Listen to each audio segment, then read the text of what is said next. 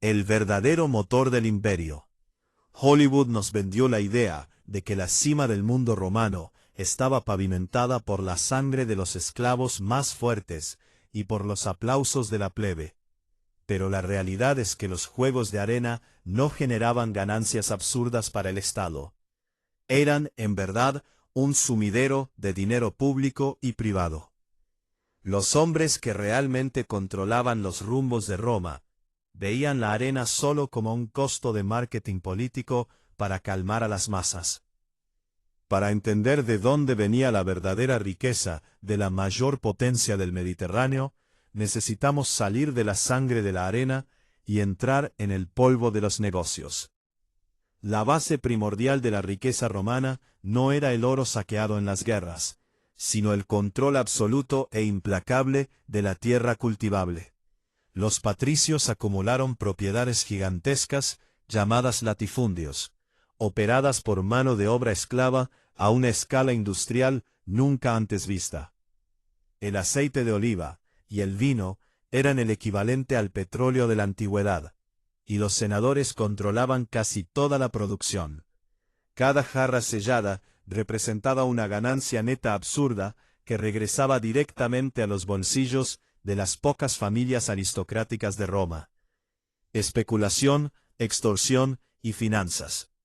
Pero si la tierra rural traía estabilidad, los barrios pobres de la capital escondían la máquina más cruel de hacer dinero: el alquiler.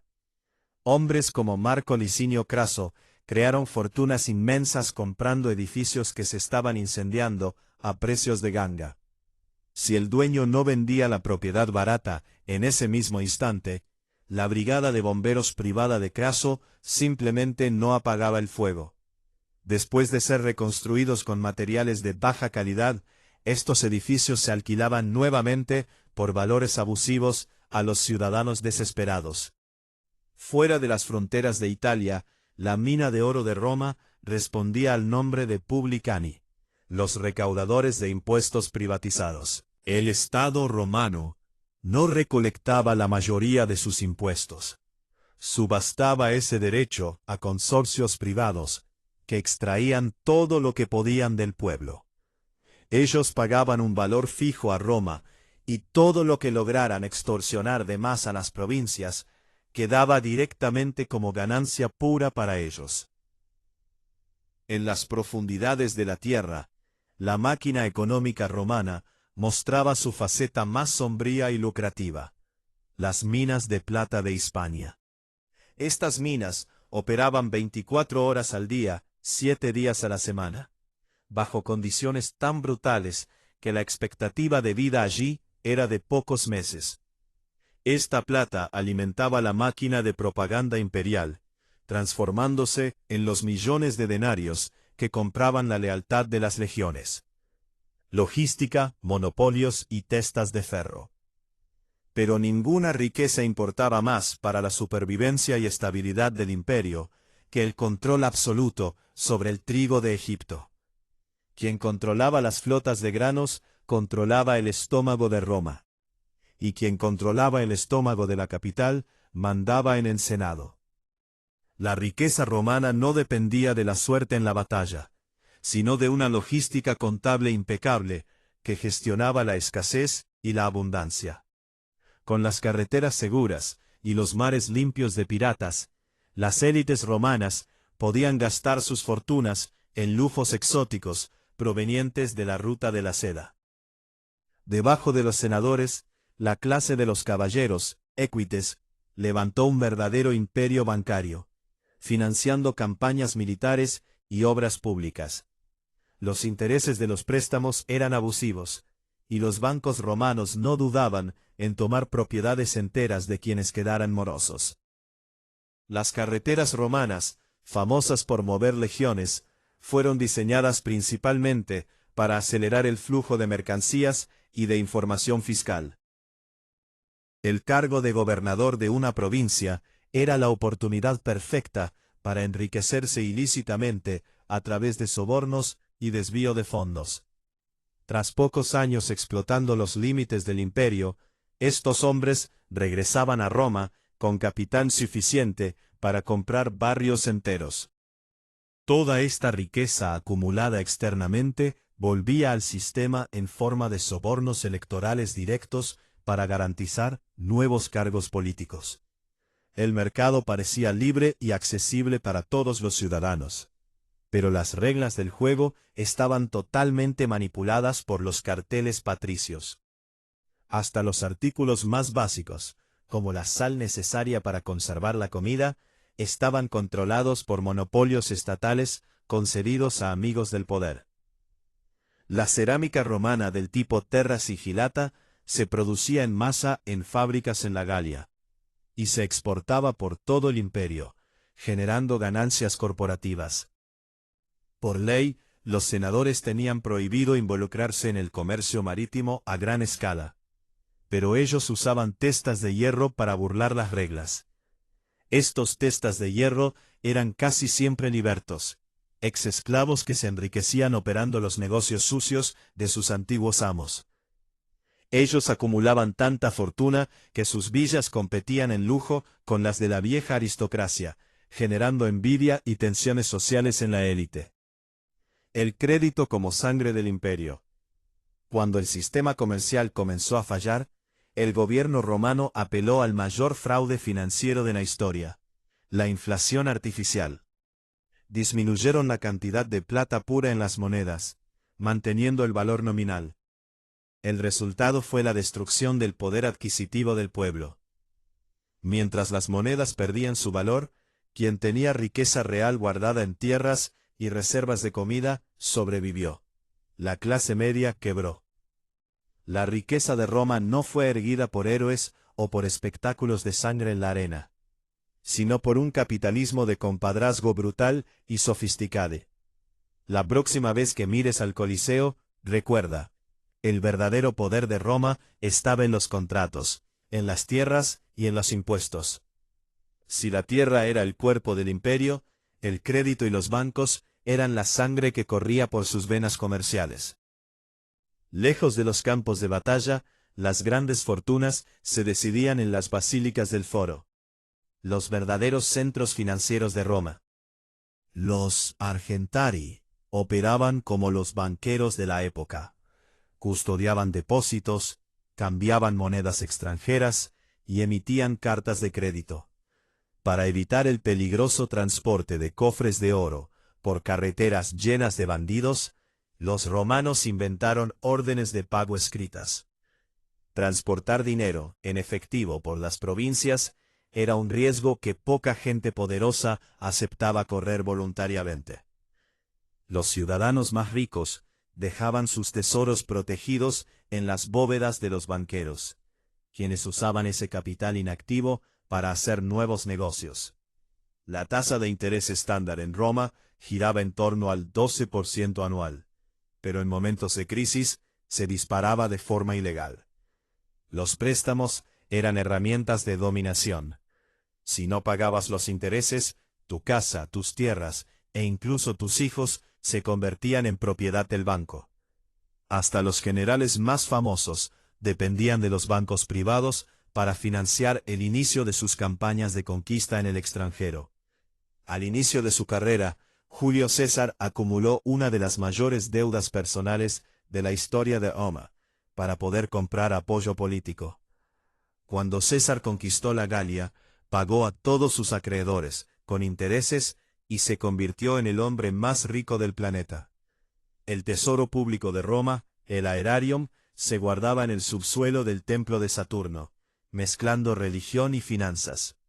El acceso a este oro estaba controlado rígidamente por el Senado, que decidía qué guerras u obras públicas recibirían fondos. Aunque no existía una bolsa de valores digital, los romanos compraban y vendían cuotas de participación en consorcios de recaudación. Estas asociaciones de inversores se llamaban societates, y permitían que ciudadanos comunes invirtieran en la explotación de las provincias. En el año 33 después de Cristo, el imperio vivió su primera gran crisis de liquidez, paralizando el comercio de Roma. Para salvar el sistema, el emperador Tiberio inyectó millones de denarios de su propio bolsillo, creando el primer rescate bancario estatal, con el dinero sin intereses fluyendo nuevamente. La confianza regresó al mercado, y los engranajes de la ganancia romana volvieron a girar.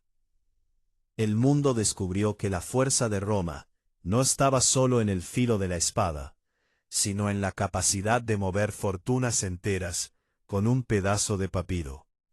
La explotación de las provincias. Pero cuando las fronteras dejaron de crecer, el sistema de crédito descubrió su mayor punto débil. Roma era una boca gigante que consumía al mundo, y las provincias eran los brazos que la alimentaban a la fuerza. Cada territorio conquistado dejaba de ser un enemigo para convertirse en un engranaje de extracción continua de recursos. Inmediatamente después de la conquista, venía el saqueo sistemático. Lo que era sagrado para los otros se convertía en patrimonio neto romano. El tributum soli obligaba a cualquier propietario de tierras en las provincias a pagar un porcentaje directo de su producción a Roma. También existía el impuesto por cabeza, tributum capitis. El simple hecho de estar vivo en un territorio romano costaba dinero. Cuando la Dacia, la actual Rumanía, fue conquistada por Trajano, toneladas de oro inundaron las arcas de la capital de un día para el otro. Este influjo masivo de oro permitió a Roma financiar los mayores proyectos de ingeniería y monumentos de su historia. Pero la mercancía más valiosa extraída de las provincias no era el metal. Eran los seres humanos. En los mercados de esclavos, las vidas humanas se subastaban como ganado, generando fortunas para los mercaderes intermediarios. La economía romana no tenía salarios en la base.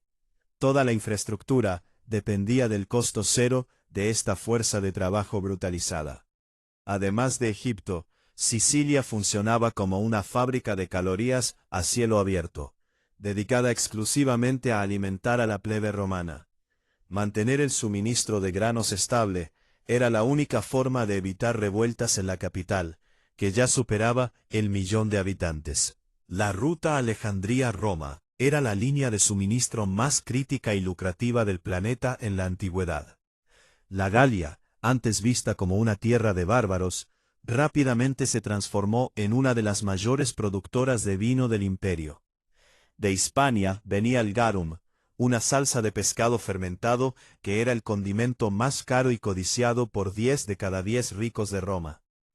Toda esta red de suministros garantizaba que la élite en Roma pudiera disfrutar de lujos globales sin tener que salir nunca de sus mansiones. En las fronteras, el imperio cobraba los portoria, tasas aduaneras que encarecían cualquier producto extranjero y protegían a los productores romanos. Las provincias pagaban estos valores absurdos no por lealtad, sino porque sabían el precio exacto de una rebelión contra las legiones. El flujo era de una sola vía. El mundo se empobrecía para que una sola ciudad pudiera ostentar monumentos cubiertos de mármore. Pero succionar los recursos del mundo conocido creó una dependencia peligrosa. ¿Qué pasaría si la máquina dejaba de expandirse? Infraestructura y complejos comerciales.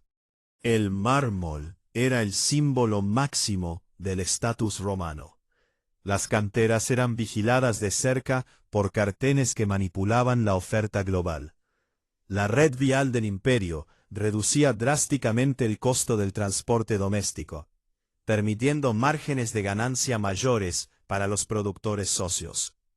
A lo largo de las carreteras, las mansio funcionaban como hoteles de lujo exclusivos para funcionarios y mercaderes acreditados por el Estado.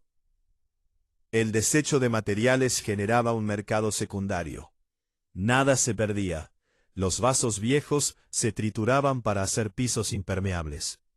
La manutención de la cloaca máxima, el gran sistema de alcantarillado, consumía fortunas públicas gestionadas por corporaciones privadas tercerizadas. El emperador Vespasiano llevó la recaudación al extremo, creando un impuesto sobre la orina, usada industrialmente para blanquear togas. Cuestionado sobre la moralidad de este impuesto, Vespasiano pronunció la famosa frase: «El dinero no tiene olor». Construir arenas de entretenimiento era la mejor forma de que una empresa contratista limpiara su nombre y garantizara exenciones fiscales vitalicias. Las grandes construcciones urbanas eran financiadas por el excedente generado en esas propiedades lujosas, que funcionaban como garantía bancaria. La búsqueda de terrenos bien localizados en la capital infló el precio del metro cuadrado a niveles astronómicos, creando una burbuja especulativa. La ingeniería dio solidez al imperio, pero cuando el dinero de las conquistas se secó, las columnas comenzaron a agrietarse por dentro. Las legiones como corporación logística. Olvida el heroísmo de guerra. Las legiones romanas operaban como la mayor corporación de logística y extracción de capital de la historia. Al principio del imperio, pertenecer al ejército exigía inversión. El soldado pagaba por su propio equipo directamente a los proveedores estatales. Las fabricae eran talleres estatales que producían armas en masa, generando contratos millonarios para los proveedores de mineral de hierro. El sueldo militar, el stipendium, era un gasto fijo gigante que mantenía el comercio activo por donde quiera que el ejército marchara. El gobierno daba con una mano y quitaba con la otra. Del salario del soldado se deducían los costos de alimentación y vestimenta. Detrás de cada legión marchaba un ejército invisible de mercaderes, los lixae, vendiendo vino, jabón y servicios a los soldados con dinero en el bolsillo. Las legiones eran ante todo batallones de construcción. Levantaban ciudades fortificadas en medio de la nada, que luego se convertían en polos comerciales. El saqueo de una ciudad enemiga funcionaba como la distribución de dividendos de una empresa. Cada rango recibía su cuota exacta. Augusto creó el Aerarium Militare, un fondo de pensiones financiado por impuestos sobre las herencias para pagar bonos de jubilación a los veteranos. Estos veteranos eran asentados en las fronteras, en ciudades planificadas. Se convertían en la nueva élite latifundista que garantizaba la posesión de la tierra. Alimentar a 300.000 soldados fijos exigía contratos de suministro agropecuario continuos, que enriquecían a los intermediarios patricios. El ejército romano vendía seguridad. Las tribus fronterizas pagaban caro para tener el estatus de aliados, lo que impedía que fuesen invadidas. Al erradicar la piratería y el bandidaje, las legiones redujeron a cero la prima de riesgo de los seguros comerciales marítimos.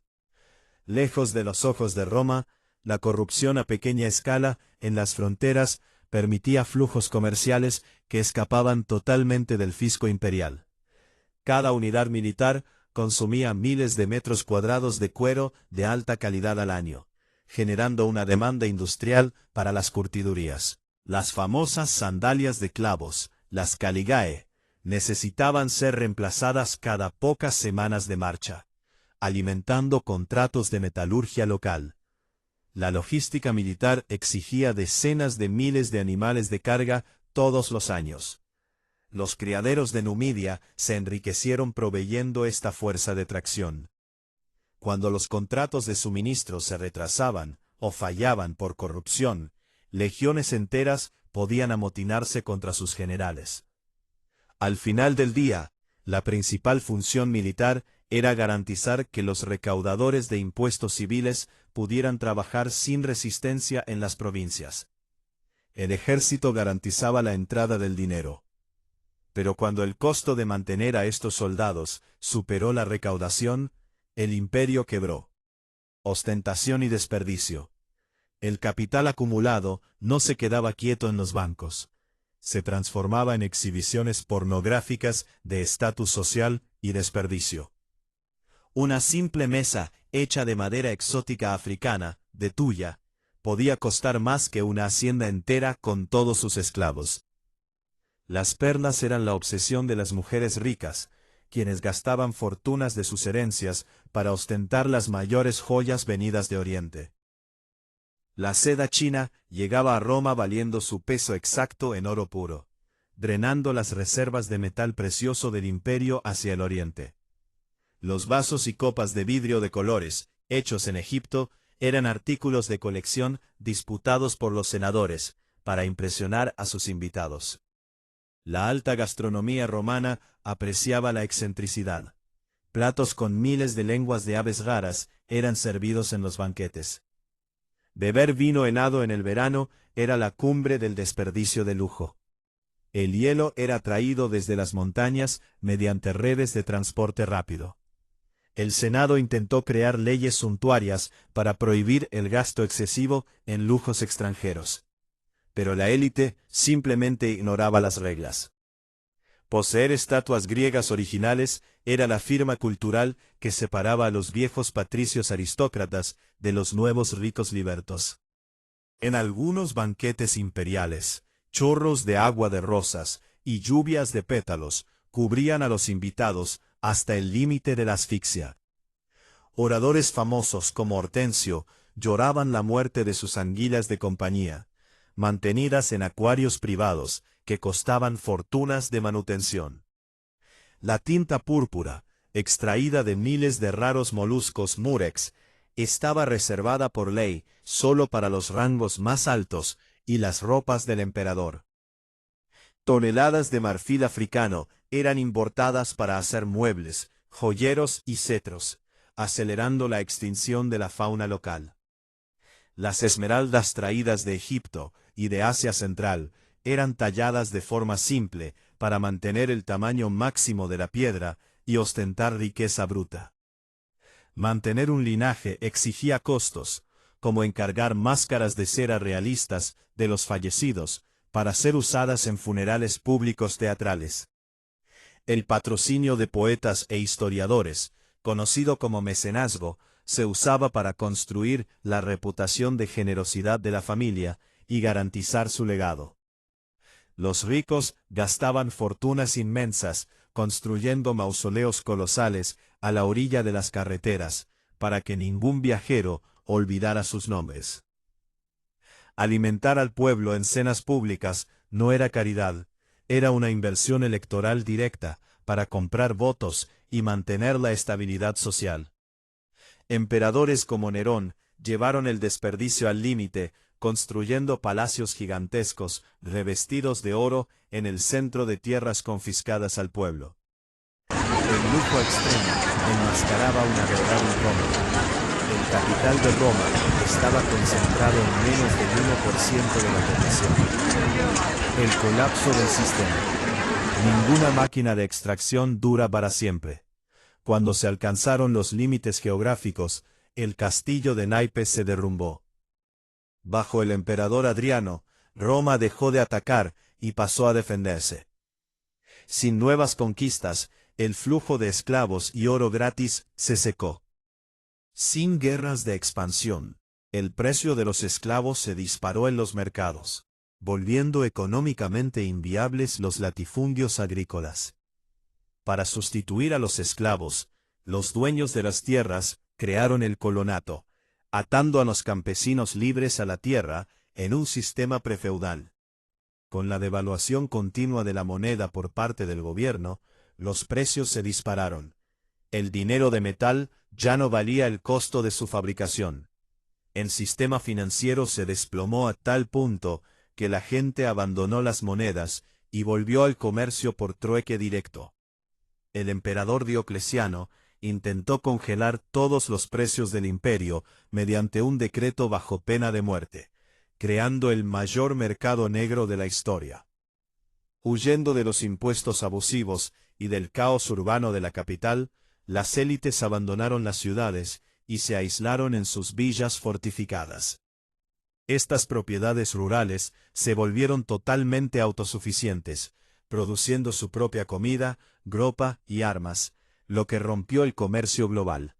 Sin dinero para pagar las patrullas de las legiones, las famosas carreteras romanas se convirtieron en territorios sin ley, controlados por salteadores. Cuando el Estado dejó de pagar a los soldados con monedas que compraran algo real, las defensas de las fronteras simplemente se evaporaron. Las invasiones bárbaras no fueron solo ataques destructivos, fueron la toma de control de territorios abandonados por la quiebra central de Roma. En los momentos finales, el gobierno romano confiscó la riqueza acumulada por los templos y por la nueva iglesia cristiana oficial, sin éxito. Incapaz de gestionar los costos de una máquina tan grande, el imperio se dividió en dos. El occidente se quedó con las deudas. El oriente con las ganancias. Constantinopla sobrevivió por 1000 años más, porque heredó las rutas comerciales ricas de Asia, dejando que la vieja Roma quebrara en la miseria. Cuando Alarico saqueó Roma en el 410, no destruyó una superpotencia. Solo recogió las sobras de una ciudad que ya estaba rota por dentro. El denario de plata, que un día compró al mundo conocido, terminó enterrado en el lodo de las provincias, sin valor alguno para la nueva era. De las cenizas del capitalismo corporativo de compadrazgo romano, nació el sistema feudal, aislado, agrario y basado en la servidumbre de supervivencia. Roma nos enseña que ninguna potencia se sostiene solo por la fuerza militar, si su base económica es una ilusión de deudas y explotación. Ahora sabes la verdad. La riqueza de Roma no venía de las arenas de gladiadores, sino de la matemática implacable del poder.